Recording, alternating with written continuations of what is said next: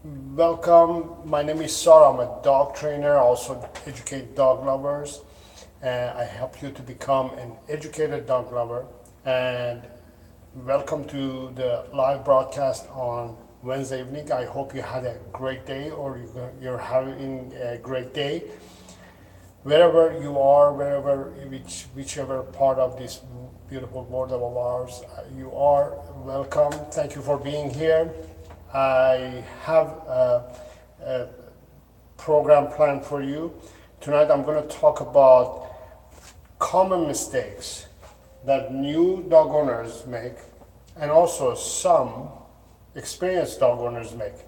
There are so many mistakes that dog owners make that I want to talk about it. These are some of the ones that it's repeated too many times, so I'm going to talk about these. And during the live show as well, if you have any questions, please leave those questions in the chat area and I'll answer them live. I have, at the moment we have Sangrita and Ashley are here. Hello and welcome. How are things going in your with your dog, and how are things going? Where are you guys from? Let me know where you guys from. I'm very curious to know where you guys from, and let me know what kind of dog you have and what age it is and what breed it is. Tell me a little bit about you and your dog. So Sangrita is from India. Thank you for being here, and I'm guessing it's a beautiful day wherever you are. It's nice and summer and hot in here. So let's get started. I'm going to start the program, and meanwhile, if you have any questions, don't forget to leave those questions in the chat area and I'll answer them. Ashley is from Pasadena, I believe it's Pasadena, and I have a Labradoodle Labradoodle Coonhound mix. Very good, Labradoodle Coonhound mix. So there's 3 breeds in there. Yeah, wow, it's pretty extreme in a way. Labradoodle with a Coonhound, very interesting. And Jan is here also. She's from Poland and her dog's name is Gabby, and it's a beagle puppy. Very good. Okay, I have a sweet spot for beagles. So welcome. Thank you for being here, Jan, as well. So let's get started, and as we go along, if you have any questions, leave those questions in the chat area. And also, if you want to become an educated dog lover and have a well-behaved, healthy and happy, great dog, make sure to subscribe to my channel. Also hit the bell icon as well, so you will get notified as soon as I go live or post a video. Roxy, Sangrita's dog, is 5 months old. Very good. So let's start talking about some common mistakes new dog owners or even some experienced dog owners make. Number one mistake that I see dog owners make, new dog owners, when you have a new dog, you either have a new puppy or new dog, you just adopted the dog, whatever reason it is, you just got it, let's say a week or a month or a couple of months. The number one mistake that they make is they leave the dog home alone. That is very traumatic for a dog. That is, in a way, you traumatizing the new dog, new member of your family. You see, most dogs, most puppies also, they take time to settle in. It takes almost 6 months to settle in. Just because they hang out with you and they're kind of into you and they're hanging out by you and they're responding to you, it doesn't mean that you own them. So it takes almost about 6 months for them to settle in, feel and see you as the one, So it takes a long time for them to bond with you. That's what I mean. So it takes a long time, and it just takes them some time to get comfortable in their new environment, new setting, new life. And a month is, or a week, few weeks is not enough for them to be sure that they're doing okay, and it's okay for them, first of all, to be with you, and then be left alone. That itself is a dramatic thing when you leave them home alone. So I see many dog owners, what they do, they leave their dog home alone after a month or so, and they expect the dog to be behaving normally. That's very, very traumatic, very bad, very unnatural for a dog to experience that. You don't want to do that to your dog. So it's just not natural and normal for you, and also for your dog to experience that. You don't want to leave your dog home alone right away as soon as you have it. Take about 6 months or so, and then teach the dog to tolerate being left home alone, and then you'll see that it will be easier. That it won't be that traumatic for the dog or the puppy to be left alone. Especially puppies, they are very sensitive. They don't want to be left alone at all. They want to bond with you. You want to take the time to bond with them. It takes about 6 months or so to start bonding with your dog. And then you're working on it. It may even take a year to bond with the dog. So I see that there is a question here. Is it mean to hold them by their back skin? Does it hurt? My friend does it. I see what you mean. They do it to cats too. It depends on each dog. Some dogs have extra skin, some of them they don't have. If they are puppies, it doesn't hurt as much as when they're adults. I wouldn't do it, first of all. Second of all, I don't recommend you to do it unless you have to, really have to. But I don't recommend you to do it. It's not normal for a human to do it. A dog, it's okay to do it to a dog. A mom dog to its puppy, it's okay to do it. But you don't want to act like a dog. You're a human. You don't want to act like a dog. So you want to act like a human, and humans don't do stuff like that. And when you do stuff like that, when you act like an animal, when you act like a dog, your dog will treat you like a dog as well. And you don't want that. You want to have this relationship with your dog, that you say to your dog, I'm a human, I respect you like a dog, you're a dog, respect me like a human. That's the conversation that you want to have. So don't act like a dog, don't treat them like they're human also. They're dogs, right? And you're a human.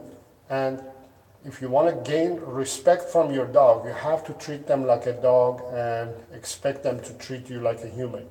So I wouldn't do that.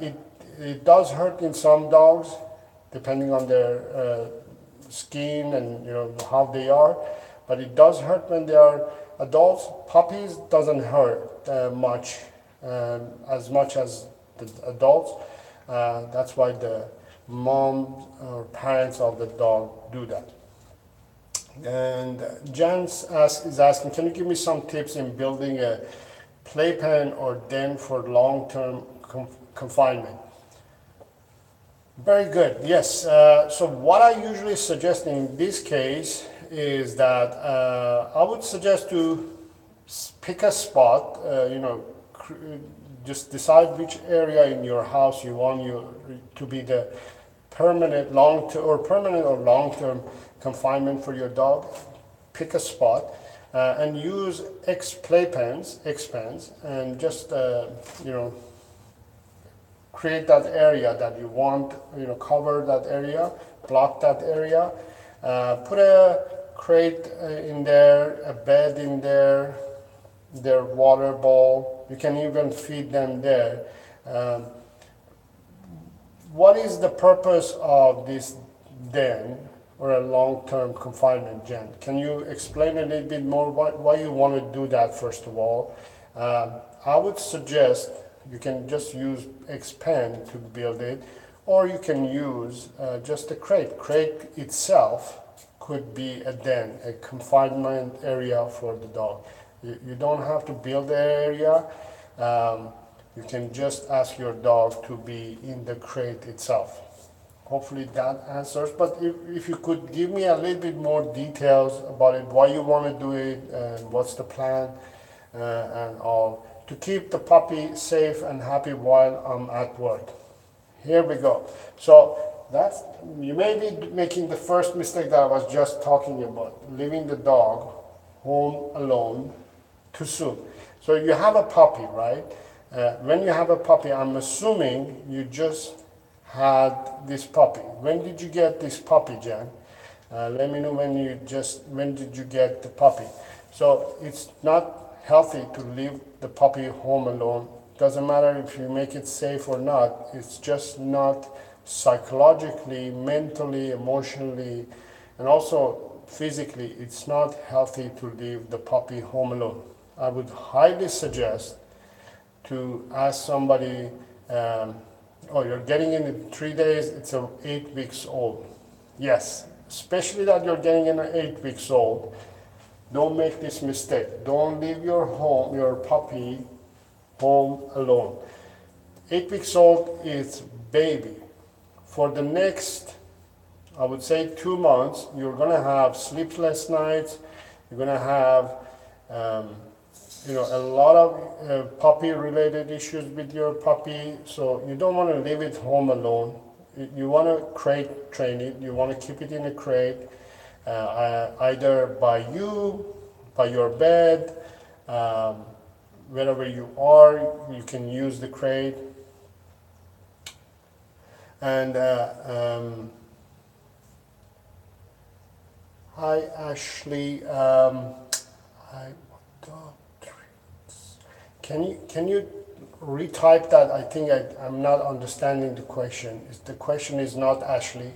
Question is not very clear. Ashley, can you do you use traits? Do you mean treats? Okay. So 8 weeks old puppy, you don't want to leave home alone at all for the next couple of months. And actually, I'm going to answer your question in a moment. So let me answer the question for Jen. So 8 weeks old, Jen, you don't want to leave home alone at all. You have to come up with a plan. Somebody look after the puppy, or you have to take the puppy somewhere. You don't want to traumatize your puppy at this age by leaving it home alone. A puppy in this age is very sensitive. Up to 4 months old, the puppy would be in very sensitive cycle. It's called fear cycle, and you don't want to, it's very sensitive cycle, very sensitive time.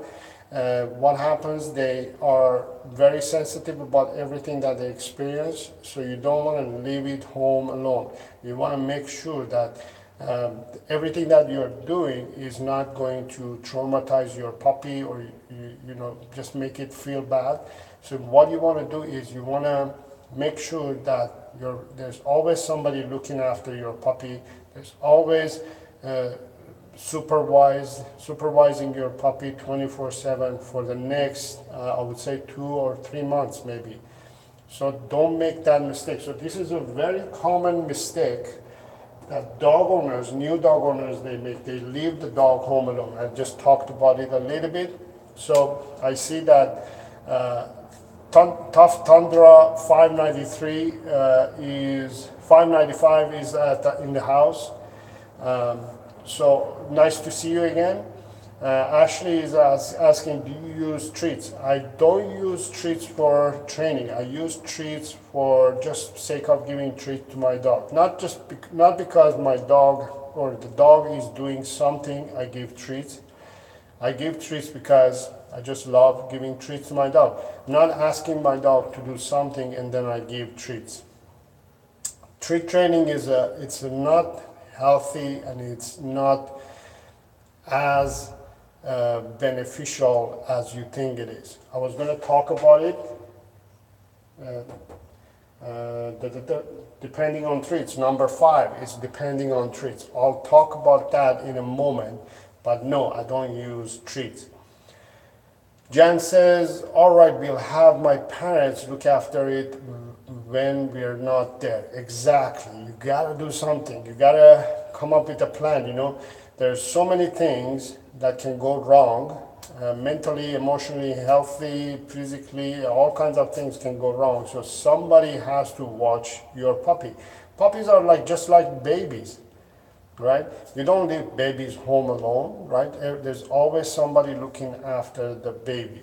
And you know, puppies, they have to go out every 2 hours. This is the age that you're training your puppy. You're introducing the house, you're introducing the family, you're introducing the new lifestyle for the puppy.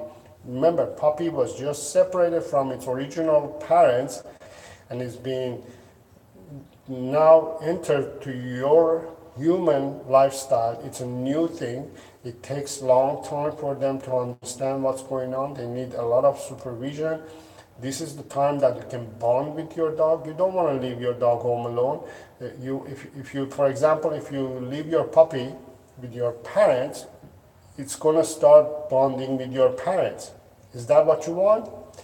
You know, you want to bond. You want you to bond with your puppy. So yes, I highly agree that you are asking your parents to look after it, which is very good. Jen says, do you think it'll be okay to have the puppy in the car with me for half an hour twice a day while I drive to my parents' house and back?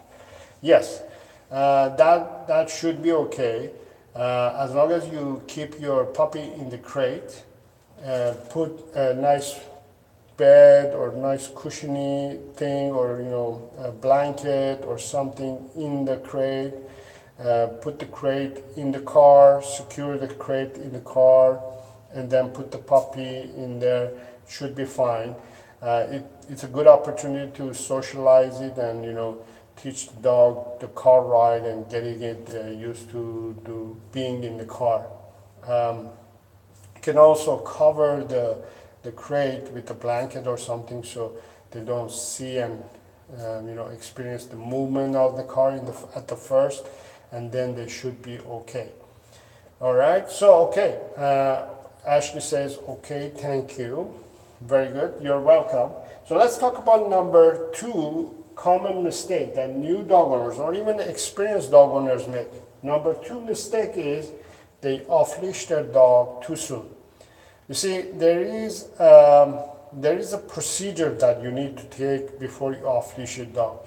I know in most people's mind, it's a good idea to off-leash the dog, let it to have fun, freedom, and all that. But most dogs, they don't like the stress that it comes with being off-leash. In your mind, in your heart, you feel like you're giving freedom to your dog. It's all good, all positive, it's all great. But your dog, when you off-leash it too soon, when it's not ready to be off-leashed, it becomes a stressful situation. So your dog, even though you think that it's having fun, it's actually stressed. A dog, when you off-leash it and start running and doing its own things and jumping on people and running away from you and not coming to you, that's a, first of all, sign that your dog is not ready to be off-leashed. And second of all, your dog is stressing out. And you see that the dog running around, you think, oh, it's having a fun day, good time. No, it's actually stressing out, because what happens, here's the situation. When you off-leash your dog says, I have so many choices now. I can go and jump on that person. I can run over there and chase that thing. I can go and pick up that stick. I can go and pee and poo over there. I can jump on that old lady. I can go and traumatize that kid can go and harass that dog, so many things, right? So they get overwhelmed with all these options. So that's why it gets stressful for them.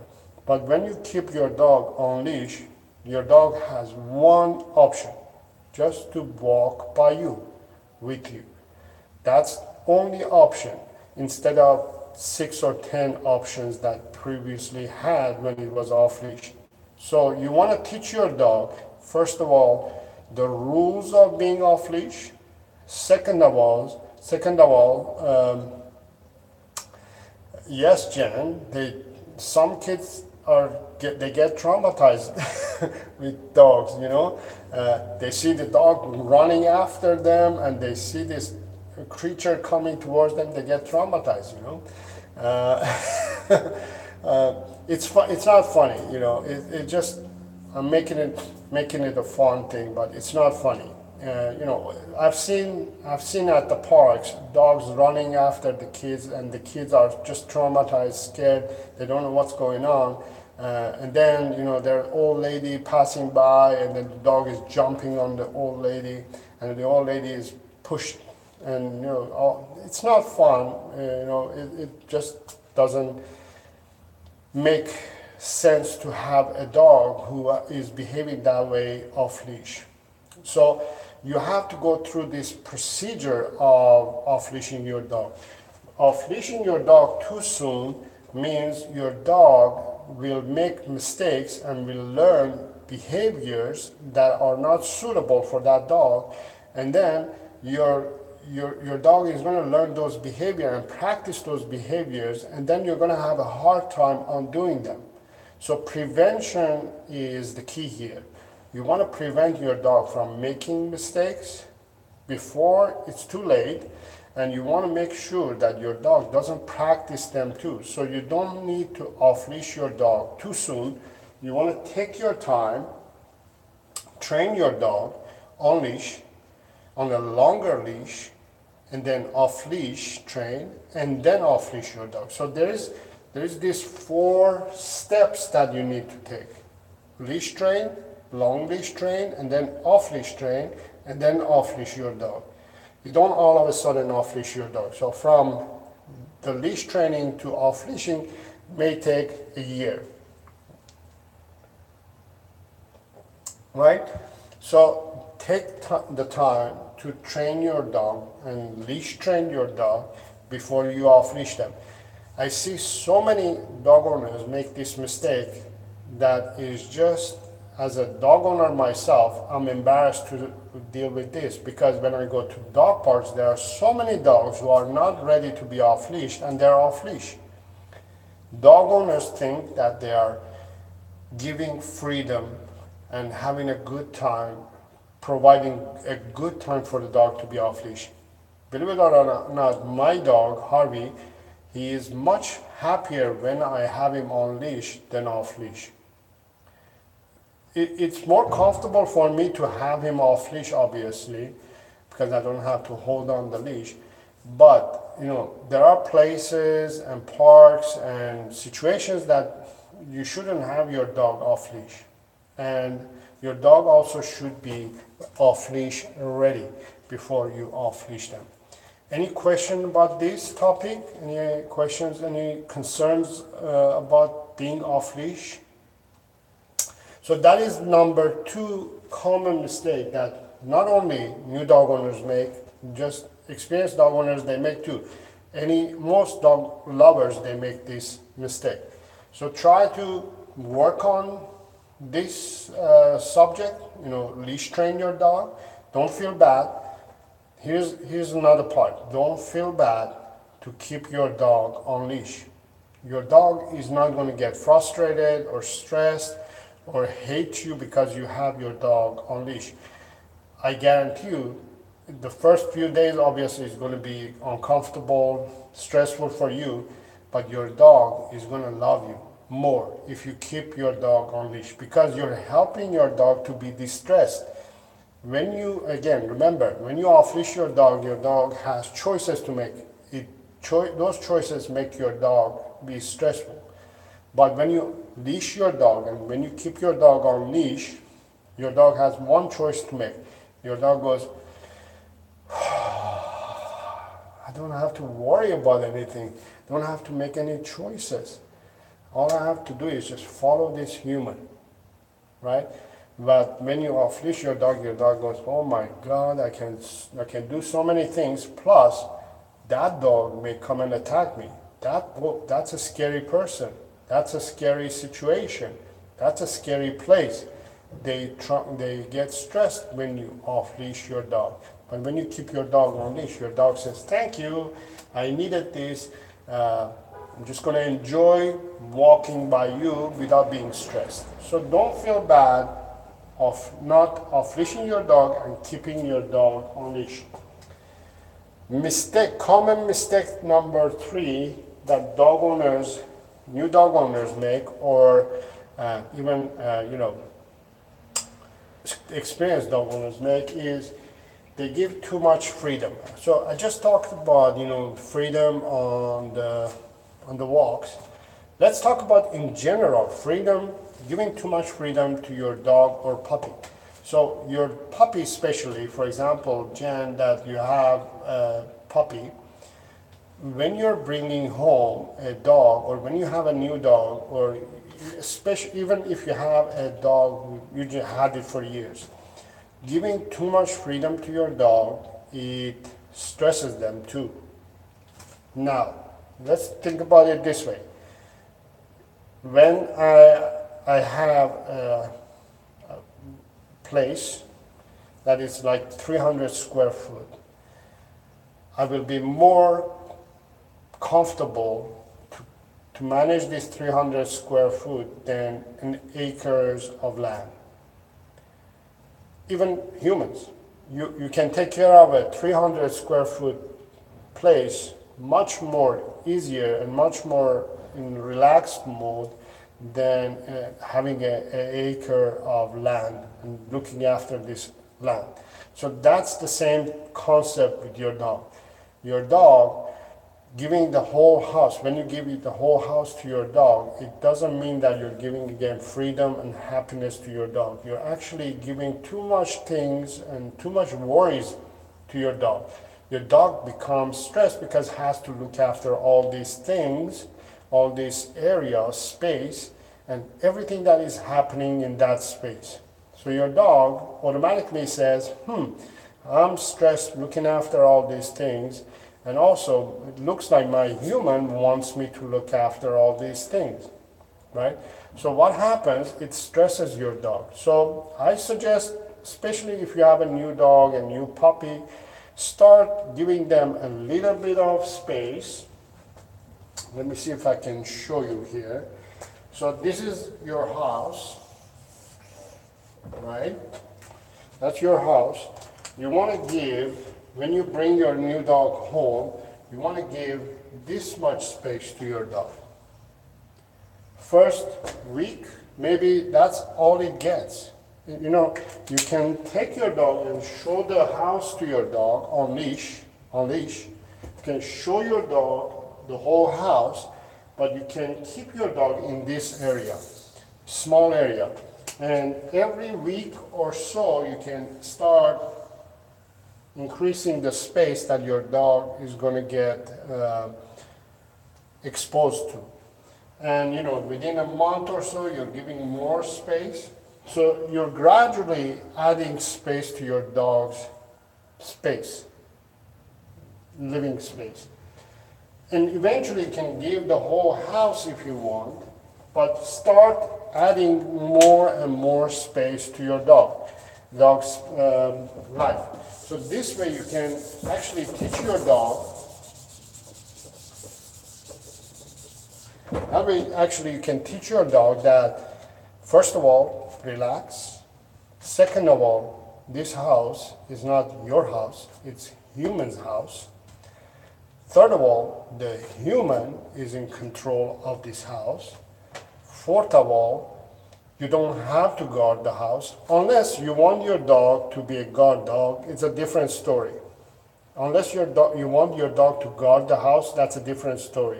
I'll talk about it some other time. But if you have a pet dog and you want your dog not to stress itself and guard the house, this is the format, okay? So start giving small spaces to your dog and slowly expand it. So that way your dog is distressed, more relaxed, much more happier, and also it will give you the opportunity to teach your dog that you're in control of the house. You are man or the woman of the house. Your dog is part of the house. That's how it should be, you know. Dogs are family members, right?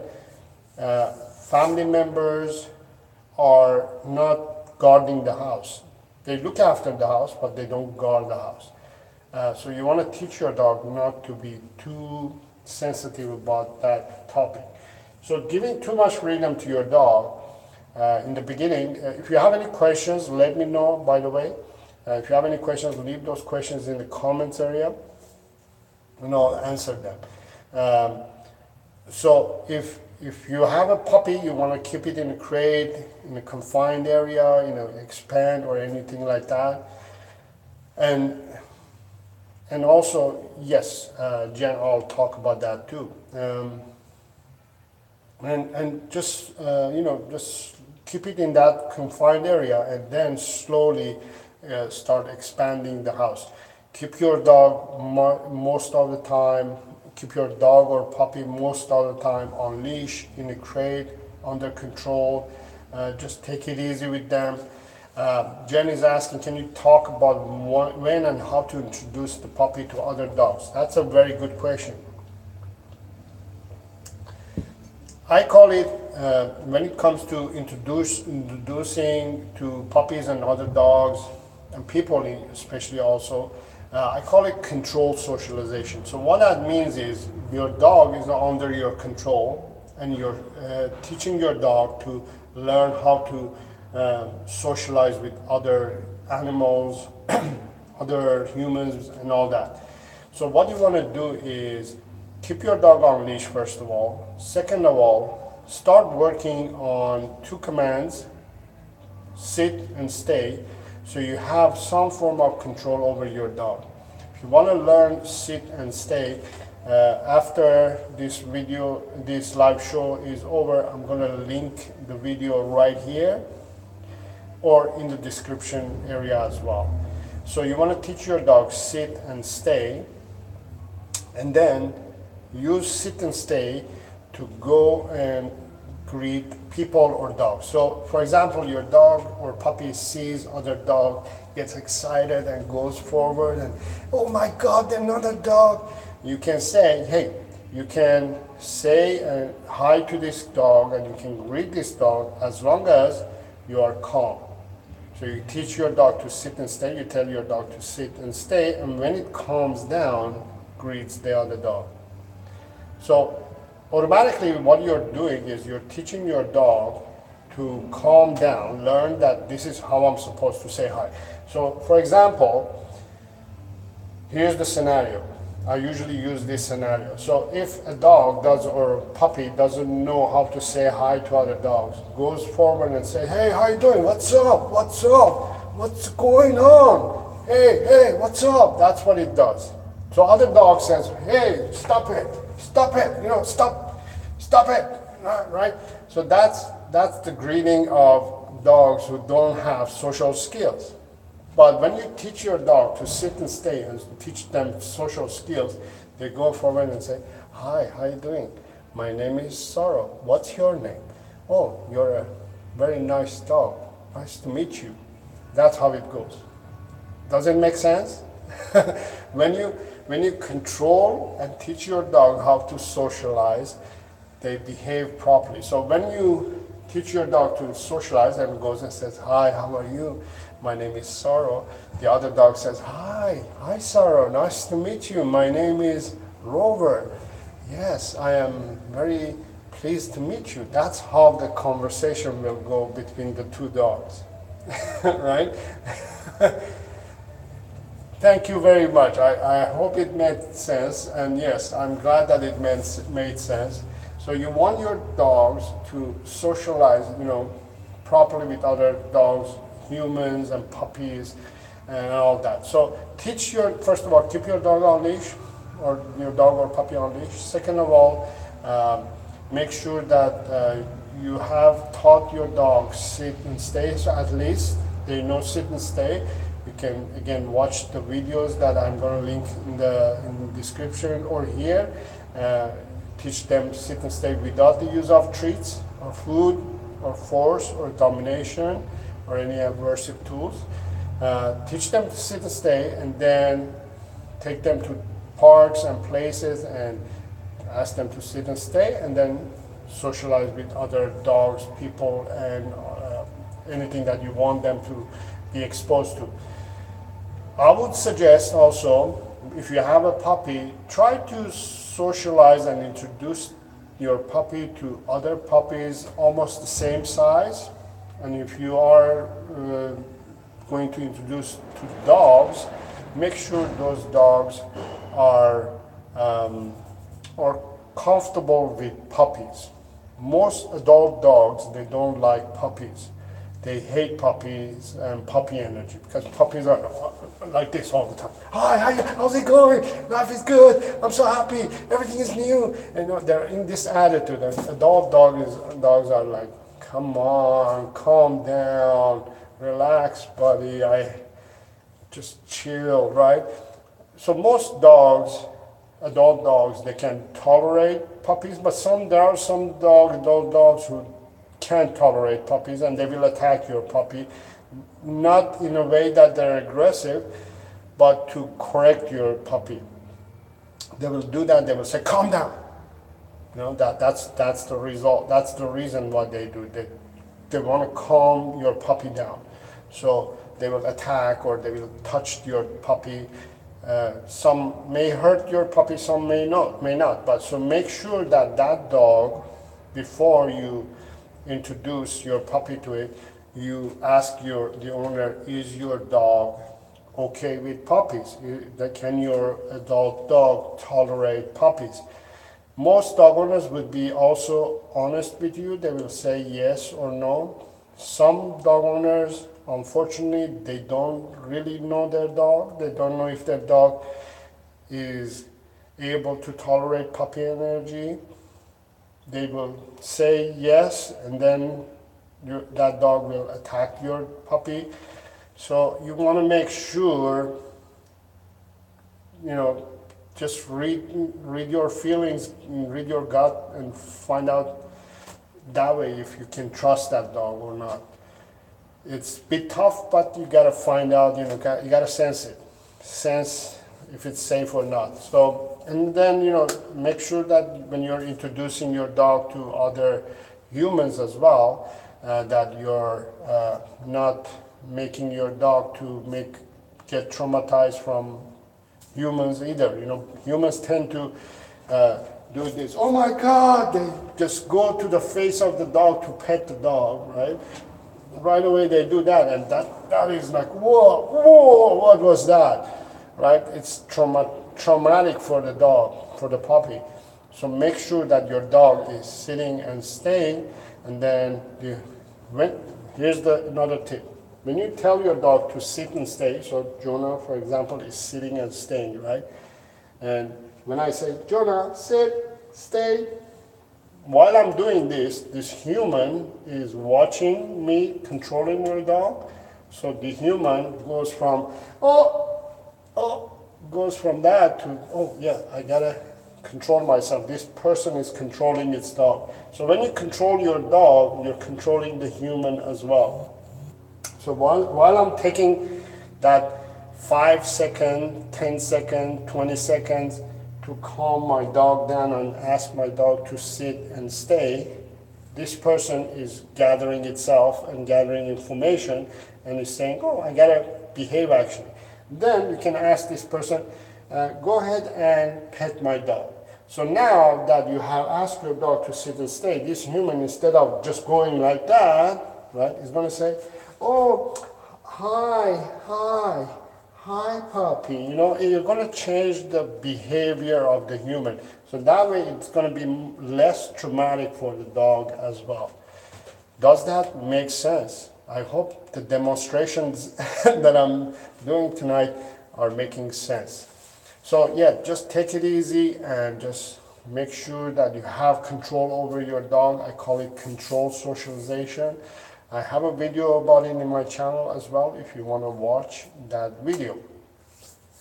All right, let's go to mistake number 4 that new dog owners or even experienced dog owners make. It's not training their dog. I was just talking about training, right? Now, training your dog is not just to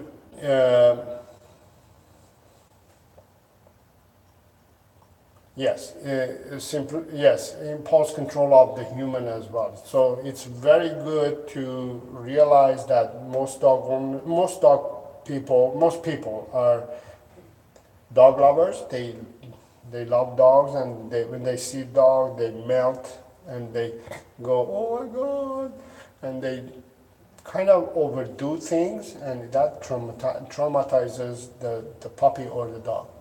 So it's good to teach the humans to control themselves as well. So not training the dog. So training a dog is not just to teach them to sit and stay and come and things like that. Those are basic obedience. Those are a must as well. But it's not only to train the dog to do those. Or it's not to teach the dog just to shake a paw or roll over or things like that. Those are good later on. But for now, training is basically whatever you do or you don't do with your dog is training. If you do stuff with your dog, if you pay attention to your dog and supervise your dog and say, yes, no, don't do it, stop it, or yes, that's a good boy or a good girl. If you do those stuff itself is training. But if you don't do anything to your dog, if your dog starts chewing on the remote control and you don't say anything and you don't do anything, you're training your dog to chew on remote control. Not only chew on remote control, to chew on things, human things. So whatever you do or you don't do is a training, right? Understanding this little tip is very important. It makes a big difference when it comes to you and your dog. It makes you understand that, makes your dog to understand that there are things that I can do, things that I can't do. Second of all, in order for us to have that communication that we can tell our dogs, don't do this and don't do that, or do this and don't do that, you need a form of communication. So training is a communication system between you and your dog. If I can't, they don't understand human language. The saying that dogs understand human language is part true, part myth. They understand if you train them to understand it. Without having that training, your dog is not going to understand you. They don't automatically know what they're supposed to do either. They don't know that they're not supposed to chew on the remote, for instance. You know what I mean? You have to set that rule and teach your dog that you don't chew on a remote control. You tell your dog that, you teach your dog that this is what you do, this is what you don't do. And training is a tool that helps you to build that communication system between you and your dog. Once you build this communication system between you and your dog, you're going to see that your dog is going to start learning more words. Yes, that's when they start learning to understand you better, because you have built the foundation first, and then you have helped them and also encouraged them to learn better and more. So training is something that you want to focus on practicing with your dog on a daily basis. I'm not saying every day you have to teach your dog to sit and stay and all that, but it's good to start from there. Start building communication system by teaching your dog sit, stay, come, heel, stand, down, all that, and then build on those. So if you want to start building those basics, I have a playlist in my video library in my channel. If you go to my channel and there's the playlist, right, and just select, let me see, just select, I named it Obedience Training Using Play and Praise. If you go to my channel, you go to playlist and choose Obedience Training Using Play and Praise, you will see that I am showing you how to teach and train your dog the basic communication system. It looks very simple. I make it fun. It's a fun form of training your dog without the use of treats, which I'm going to talk about it next, right? And then practice those every day, every other day, until you get to that point that you can actually tell your dog to sit, and your dog is going to sit. If you tell your dog to sit and your dog sits, you're halfway there, right? So you want to focus on teaching your dog the basics and then build on those basics. So for example, in my channel, you can learn the basics, how to teach your dog to sit, stay, and calm, and all that. But if you want to go further than that, the basic level, further than basic level, what you can do is add, we call it 3Ds. 3Ds, which are distance, durations, and distractions. You add these three to your basic obedience training and it becomes next level. So just practice and train your dog. Focus on training your dog. Your dog is, just because it's living with you, it doesn't mean that they know what's going on, they know everything. You have to teach them. You have to show them, and you have to have a communication system between you and your dog in order for your dog to behave normal and properly. Jen says, what would be the top 5 things to teach the puppy first? Very good question as well.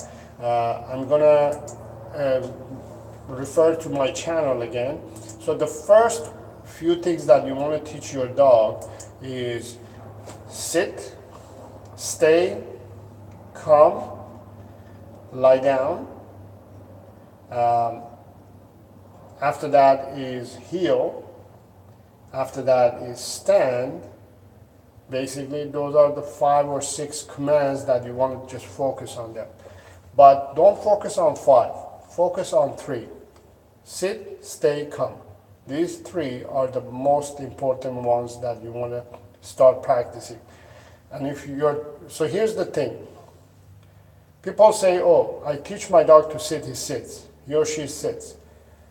He or she may sit now, but does your puppy or dog sit in every situation, in every condition, in every environment? That's the key. When you say my dog sits, it has to mean that it sits everywhere, anytime. No matter what happens, your dog is going to sit as soon as you say sit. Not just because you hold the treat in your hand and say sit and your dog sits. Here's what I wanted to talk about as well, which is number 5, depending on treats. Dog owners, new dog owners are depending on treats too much. When you teach your dog to sit, for example, when you're teaching, what is the point of teaching? You want your dog to respond to your command. Isn't that the point of teaching our dogs a command training? Please tell me, is that yes or no? What is the purpose of training our dog? Is it because we want them to respond to our command? Yes or no? Can you answer that in the chat area? Is the purpose of training your dog to respond to your command? Yes or no? Let me see what you're going to answer. Come on. You can answer it. Is the purpose of training your dog to respond to your command, yes or no? Yes. All right. Jen says yes. Anybody else? All right. If you want your dog to respond to your command, Hussein, hi Hussein, nice to see you here. Hussein says also yes. Anybody else? Is the purpose of training your dog to respond to your command, yes or no? Two of you are saying yes. So let's say yes. So when you're using treats, is your dog responding to your command or to the treat? Answer that. Is your dog responding to your command or to the treat when you're asking your dog to sit? When you're using treats, your dog is responding to the treat, is not responding to your command. To the treat, of course. So, isn't it better to train our dogs to respond actually to our command, to the word that we are saying? So it's very important not to include anything else, no treats, no shock collars, no force, no use of any tools that hurts or makes your dog to feel pain. You don't need to use anything, just use your word. It's very simple. The confusion is that most dog owners, as soon as we talk about training dogs, they grab a treat bag, and then start training their dog. That's very common mistake, very big mistake too. Try to do it without treats. If you need help, I have videos in my channel that you can go and watch how to train your dog without treats, without using any force, without using any aversive tools. All you have to do is just tell your dog to sit, and if it doesn't, just show it once or twice how to sit, and it's going to sit. After that, it's going to sit. The results of not using treats and getting results is 100% more effective than using treats. When you use treat, your dog says, I was going to do everything that you were going to ask me for free. I wasn't going to even think about, getting treats. But now you're involving treats in this formula. So what happened? Do I need to reply and answer to the treat or you? I'm confused now. You want me to sit because you're going to give me treats, or because you're going to praise me, because you're going to hit me, because you're going to shock me, because you're going to yell at me? It confuses the dog.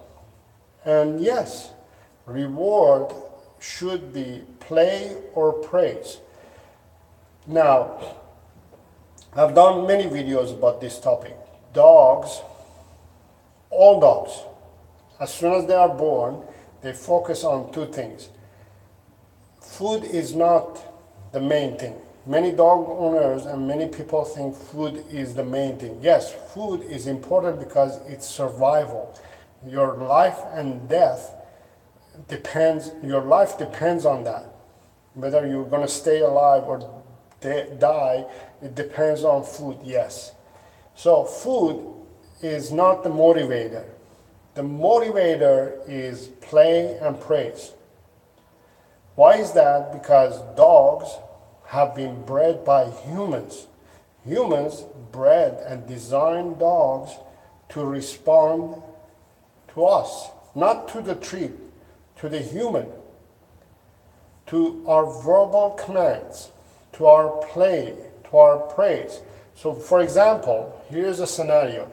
Have you seen the shows, or have you gone to the airport or crossed the border and you've seen these dogs? They come and search your car or search you or search your bags or suitcases and things like that.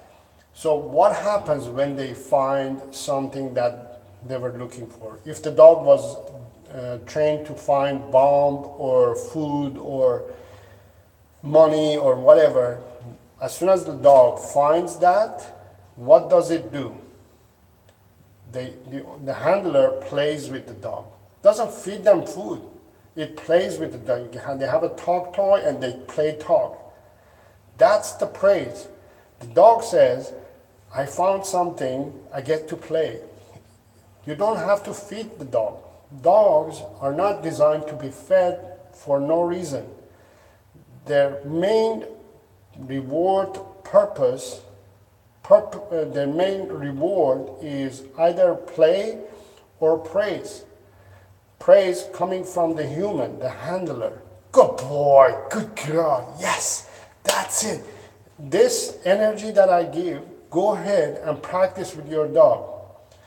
Go and tell your dog, good boy, good girl. See what your dog is going to do. Do it right now. Practice this. Test it. Just say to your dog, good boy, good girl, what a girl, what a boy. Do that. Your dog is going to start doing that. I guarantee it. That's the best thing that happens to your dog. That's the best reward. Or if you play with it, you want to play? Let's go play. You do that, your dog is gonna feel like it's in heaven. Because you are interacting with your dog. Because you are paying attention to your dog. That's the best reward for your dog. You know what I mean? The food, the treat that you're using, it's not the best reward in the world. It's a distraction. It's a stressor. It's something that gets your dog to pay attention to the treat. You are the one for your dog. No matter what breed, no matter what situation, no matter what kind of dog you have, no matter what has happened to your dog, treat is not the reward. Alfred CV is in the house. Welcome. Thank you for being here. And he's asking, can you please tell me how to manage a very much distracted beagle puppy, 3 months old? I'm not able to make him sit more than 45 seconds. She's getting distracted easily. Very good question. Very good question. So if your puppy 3 months old can sit 45 seconds, you have to open a champagne bottle. You know what I mean? That's amazing that your puppy can sit for 45 seconds. That itself is amazing. Now, you can always improve it, yes. But to get a puppy to sit for 45 seconds, it's amazing. First of all. Second of all, how do you teach your dog to not to be distracted? So what you can do, you can, first of all, leash your dog. Don't practice without the leash. Keep your dog on the leash, right? Tell your dog that you're in control with the leash. Second of all, teach your dog yes and no. So no is for correction, yes is for reward. You want to verbalize these rewards or the correction. So let me explain what I mean. Dogs love to be praised and corrected. I know you're saying, what the hell are you talking about? Who likes to be corrected? Humans don't like to be corrected. Dogs love to be corrected. Dogs hate to make mistakes. Humans love to make mistakes. They don't care if they're making mistakes. They hate to be told that they're wrong. Humans hate to be told anything. But dogs, naturally, they love to be told what to do. The worst thing that you can do to your dog is not tell it what to do. The worst thing that you can do to a human is tell it what to do. But the best thing that you can do to your dog is tell it what to do. Now, you have this option. You can tell your dog what to do, or you can just say nothing. But take this opportunity and tell your dog what to do. I guarantee you, your dog is going to love you more if you tell it what to do. All you have to do is just create these two cue words, yes and no. Yes could be good girl, good boy, yes, what a boy, what a girl. Could be that, right? Correction could be no, no, or cucumber, whatever you want to word it. Just pick a word and say that word as your dog's correction word. Don't feel bad. Don't say it like, no, like that either. Don't be angry. Don't be aggressive, right? Be calm, be firm, and say, no. Do you see the energy that I'm sharing? No. I'm smiling, I'm happy, and I'm saying no. I'm saying no, right? I'm not saying no. I'm not doing that, okay? I'm not hating my dog. I'm not offering and sharing aggression or negative energy with my dog or, hey, stop it. I'm not doing that, okay? I'm saying no. It's a positive reinforcement, positive no. If it comes from my heart and soul, it's saying, hey, stop it, don't make that mistake. Make sense? So just say no, and just correct your dog. So create these cues. The way you're going to create those cues is you're going to, for the first 5, 10 times, or first 5 days or 10 days, you're going to expect your dog to make mistakes. You want your dog to make mistakes so you can teach it no and yes. So let your dog to make mistakes, and then as soon as it makes mistakes, say no or cucumber or whatever word you have selected, and as soon as your dog stops making that mistakes for a second, you say, good boy, good girl.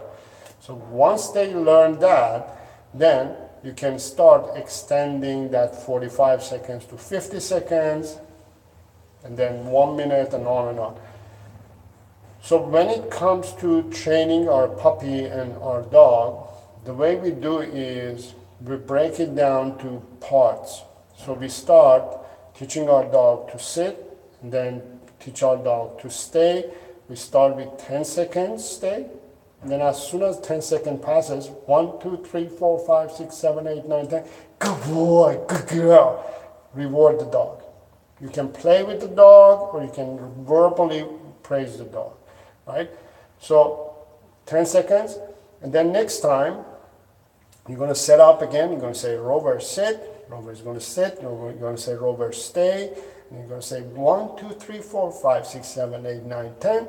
1, 2, 3, 4, 5, 6, 7, 8, 9, 10. That's 20 seconds. Good boy, good girl.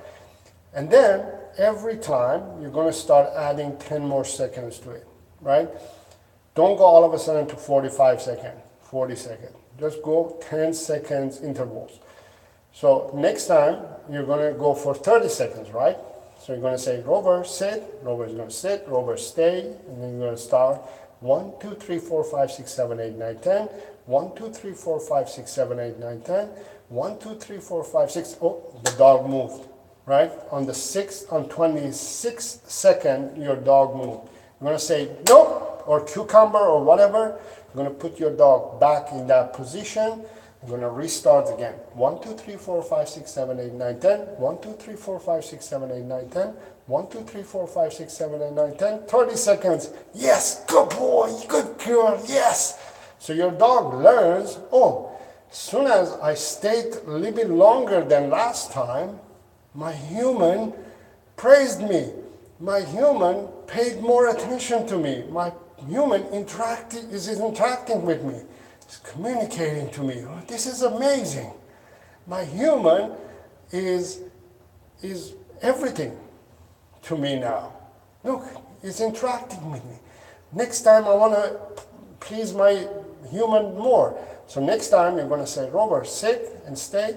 1, 2, 3, 4, 5, 6, 7, 8, 9, 10. 1, 2, 3, 4, 5, 6, 7, 8, 9, 10. Your dog is, yes. 1, 2, 3, 4, 5, 6, 7, 8, 9, 10. Yes. One more. 1, 2, 3, 4, 5, 6, 7, 8, 9, 10. Good boy, good girl. 40 seconds. Yes. That's how you keep adding times to it. So let's say today you managed to get to 45 seconds. Tomorrow your goal would be to be 50 seconds. Okay? Or 55 seconds. always have a different goal, but work on it. Encourage your dog to get there. Alfred, am I making sense? Did I explain how you can get your dog to get? Very good, thank you. Thank you so much too. Yes, and also if you want to learn, Alfred, or anybody, if you want to learn how to teach your dog to sit and stay and those basic obedience and how to get this interaction, actually demo and see it, I have videos in my channel. Go to my channel, click on playlist on top of the page, choose obedience training, using play and praise. I teach you how to teach your dog and practice with your dog the basic commands using play and praise. It's a fun format. It doesn't, you don't have to use treats. You don't have to use force. All I use is a leash and a collar. It's not that hard. I'm not forcing my dog to sit. You don't have to force your dog to sit or do anything.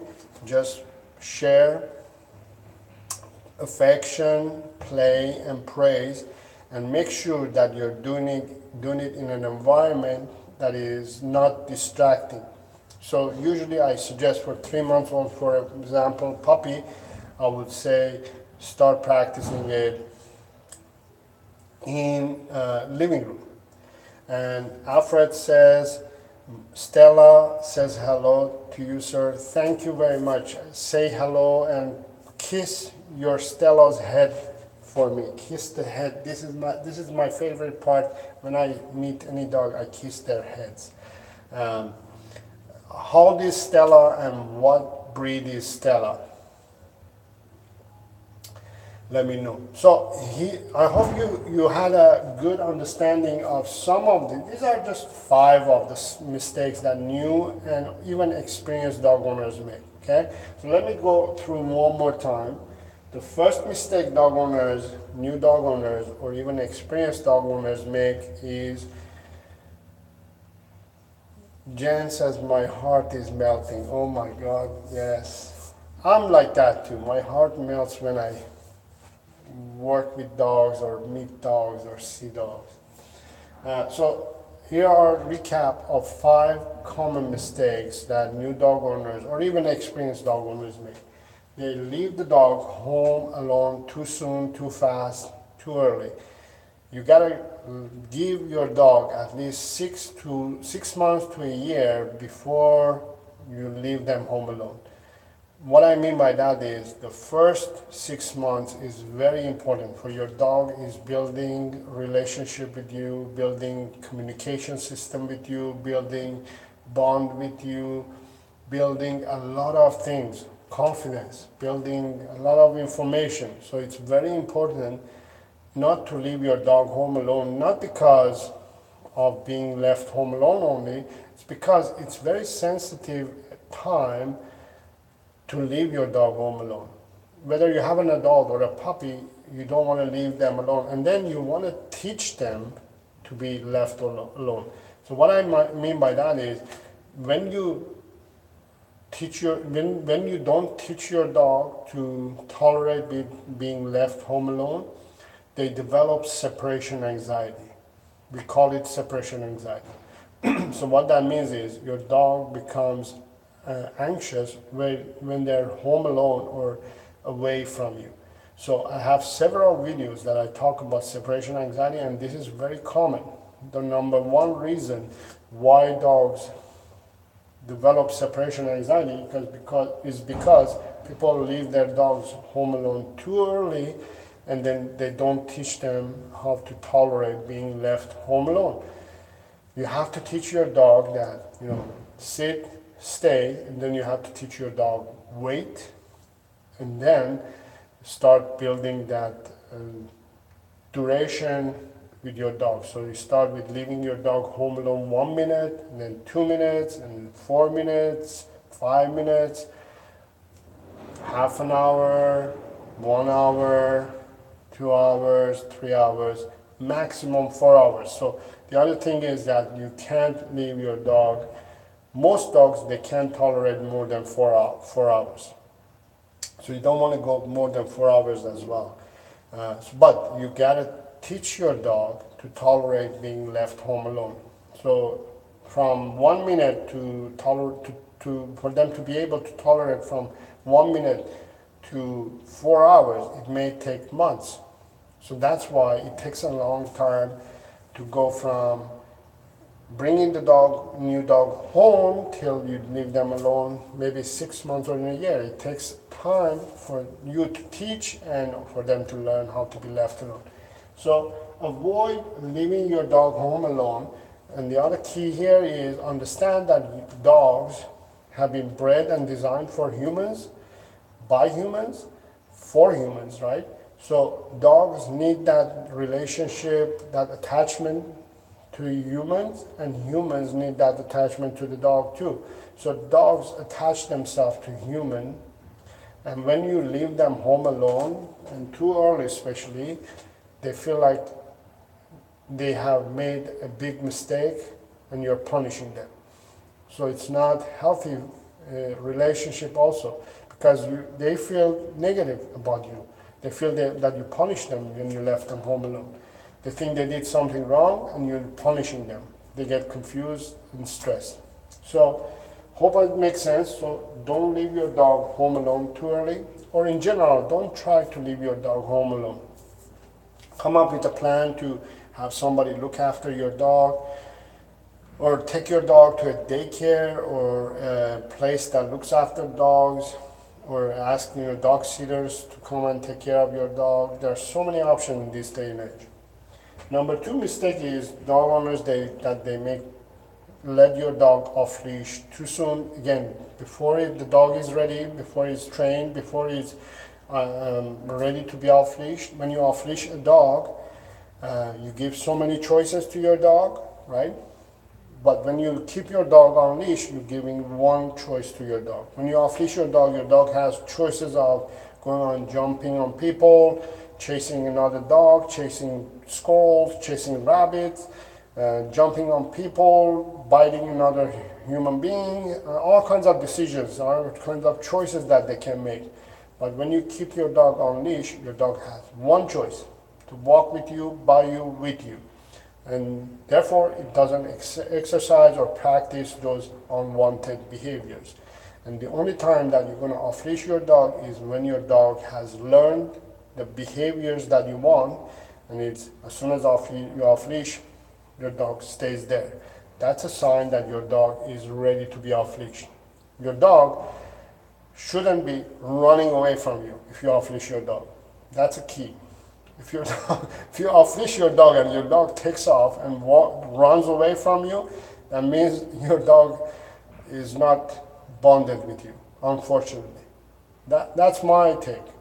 If my dog loves me and I off-leash it, it shouldn't go anywhere. I'm the best thing that happened to my dog.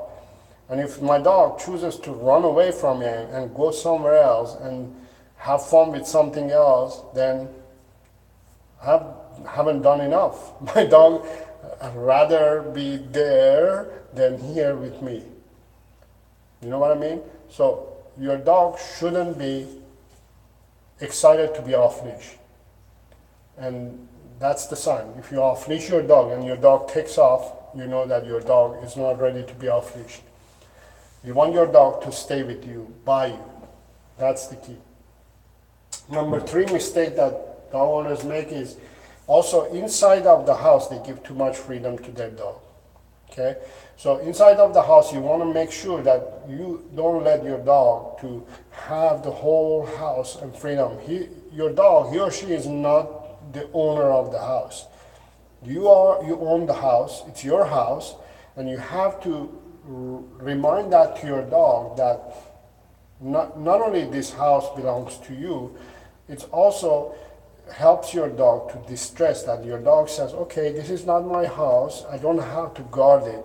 The human is going to guard this place and is going to look after it. You know, you have the alarm system attached, connected to your house. You have all kinds of things going on. you don't really need a guard dog. Unless you want your dog to guard your house or guard you, that's a different scenario, that's a different form of training. But if you want your dog to be relaxed and calm and be another family member, you don't let it to have the freedom of the house. You keep your dog under control, on leash. Make sure that your dog is understanding the concept that the house doesn't belong to your dog. It belongs to the humans who live in the house. Hope that makes sense as well. Number 4 mistake is that if dog wants to guard them. Alfred is asking, I think it's a question, if dog want to guard them. If you want your dog to guard, that's a different story. So let me just briefly explain what happens. Dogs, they can do one thing only. They can focus on one thing, do one thing really good. They can't do 2 things or 3 things really good at the same time. So what I mean by that is they can be either a pet or they can be a guard dog. They can be either a pet or they can be a herding dog. They can be a pet or they can be a rescue dog. You know what I mean? So they can do one thing really good, which is rescuing, guarding, and all that. Or they can be a pet. The only time and the only way that they can be good or somewhat good at both things is when you have a human, a dog owner, who is 24/7 involved with the dog as a pet owner and as a guard dog owner. So what I mean by that, for example, you remember I was talking about the dogs who work on the borders and in the airport and things like that, places like that. Those dogs, they work 24/7 coming out, guarding, searching, right? But they go home to their human, with their human. They work with their human. They stay at home with their human. So they have a working relationship. So this dog is able to be a pet and a guard dog. That is very hard. You have to be committed to have a dog like that. You have to be 24/7 on top of it, working with the dog, training the dog, and doing all these things. But an average Joe, a normal human being, a normal dog owner who goes to work 9 to 5 and comes home and then has to take care of the kids and then take the dog for half an hour walk or an hour walk, that person is not suitable or cannot develop that working mentality. Do you know what I mean? Do you understand what I'm saying? Alfred, am I clear in the answer?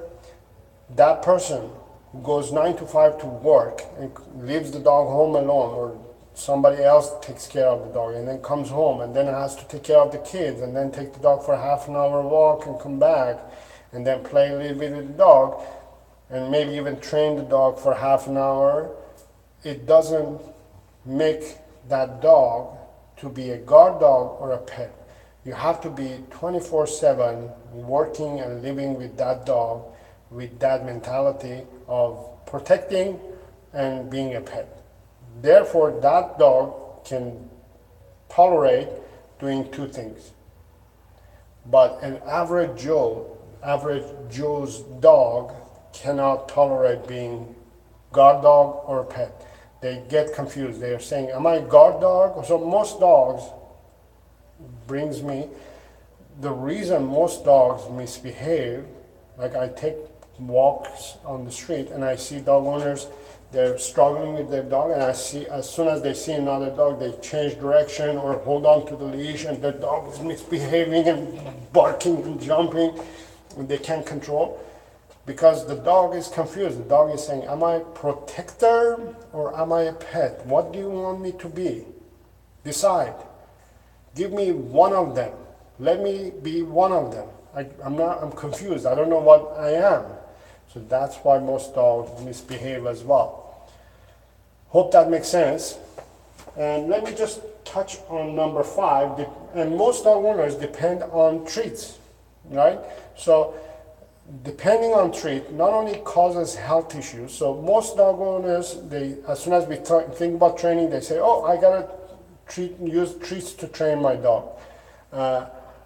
Lisa's Ventura, I'll answer your question in a moment. Let me just finish up this part as well, and then I'll answer your question. So most dog owners, as soon as we think about training, they think about treats. I gotta get the treat to train my dog. So when you're thinking like that, you're depending on treats, first of all. Second of all, your dog is responding to the treat, not to the command, or not to what you're training your dog. Third of all, when you're feeding your dog small treat, doesn't matter if it's a small treat or a big treat or whatever it is, you give 5 treats or 10 treats or 20 treats, you're feeding your dog. That's basically what you're doing. You're feeding your dog. Dogs and animals, they don't eat all the time. They eat whenever they're hungry. Whenever they're hungry, they go and kill and eat, and that's it. They're done for a day, 2, 3 days, and then they go through that cycle again. They don't eat all the time. Eating is not their main purpose, right? They don't think about food. But when you keep training them or use treats to train them, you're constantly making them to think about food. It just creates unbalanced mentality, unbalanced life for them. It stresses them, causes them to, salivate when you bring food. They don't want to think about food. They want to think about other stuff. But food is always in their mind, especially in our homes in this day and age. Humans, they eat breakfast, lunch, dinner, snacks all the time, in between desserts and all. Food is very active in most houses. So dogs are just thinking about food all the time. So there's a smell of food always going on, especially in busy families, husband eats and then kids go and have a snack and then food is all over the place. It just drives them crazy. And it's very unnatural for dogs to think about food. So think about that way. And also, whenever you're feeding your dog treats, you're spiking their insulin level, which causes them to develop health issues. That happens in humans as well. So one of the other reasons that mistakes also the dog owners they make is they depend on food too much. So that's the recap of today's video, and I have one question from Ulysses Ventura. I hope I'm pronouncing it correctly. I'm sorry if I butchered it, but Ventura, I'm going to call you Ventura, and is asking, my dog cry for no reason. Why? So dogs, there is always reason why your dog cries, and I have done a video about it, why dogs cry and whine. Most of the time, the reason they're whining and crying is because they're communicating. They're telling you that there's something wrong, there's something going on, and they're not happy with certain things. They either have to go pee and poo, or they're hungry, or they're in pain, or something like that. There's something going on that they're not happy, and they're telling you. So you have to find out, first of all, is it time to go pee or poo, or is it time to feed, or is it time maybe to play? They are crying because they want to tell you that they want to play with you. They want to go for a walk, things like that. They need something that you need to provide to them. And most dogs, they can't really talk to us, they can't tell us what is going on really, so you have to kind of create a pattern and teach your dog to follow that pattern, so and your dog expects that pattern all the time, every day. And when it's something out of the pattern, then you have a better idea of what's going on, right? So what I mean by that is, my philosophy with dogs is that you have to provide your dogs 5 daily essential needs every day: exercise, training, socialization, care, and then affection. If you provide these 5 daily essential needs for your dog is going to be healthy, well behaved, happy, and he's not going to cry. So if you don't know why is it that he's crying, it could be one of these. Either you haven't provided enough exercise for your dog, you haven't trained your dog, you haven't socialized your dog, you haven't provided care like food or water or pee and poo opportunity, and you haven't shared affection with your dog. So just figure out which one of these are the reasons that are causing your dog to complain. They're kind of complaining, right? They're telling you that there's something going on. So just find out what it is. I have several videos in my channel, Ventura, that you can watch. One of them is 5 a dog's needs, the video. I'm going to try to link the video right after our show is over. In here, you can watch that video here. 5 dogs needs. I'm going to link it there. The other video is why dogs cry or whine. I have a video about that too. I'm going to try to link it here as well. So, hope that answers your question. We have been on live for almost 90 minutes now, and I hope you enjoyed the presentation today. If there is no other questions, I'm gonna end the live session today. And remember, I'm posting a new video every week, Mondays and Thursdays, and I come to do live sessions like this every Wednesday evening at 6:30 p.m. Pacific Standard Time. Jan says, love the lecture. It was super helpful. Thank you. Thank you for being here, and I appreciate all your attempt to be educated dog lovers, to take the time and to come live and join me live and learn and be educated. That is awesome. I appreciate that, and I thank you for being here, and I'll see you tomorrow morning. I'm going to be publishing a fun new video. Don't miss it. If you are new here and you want to become an educated dog lover and have a well-behaved, healthy and happy dog, consider subscribing to my channel. Hit the bell icon as well, so you will get notified as soon as I post my next video. Until next time, have fun with your dog.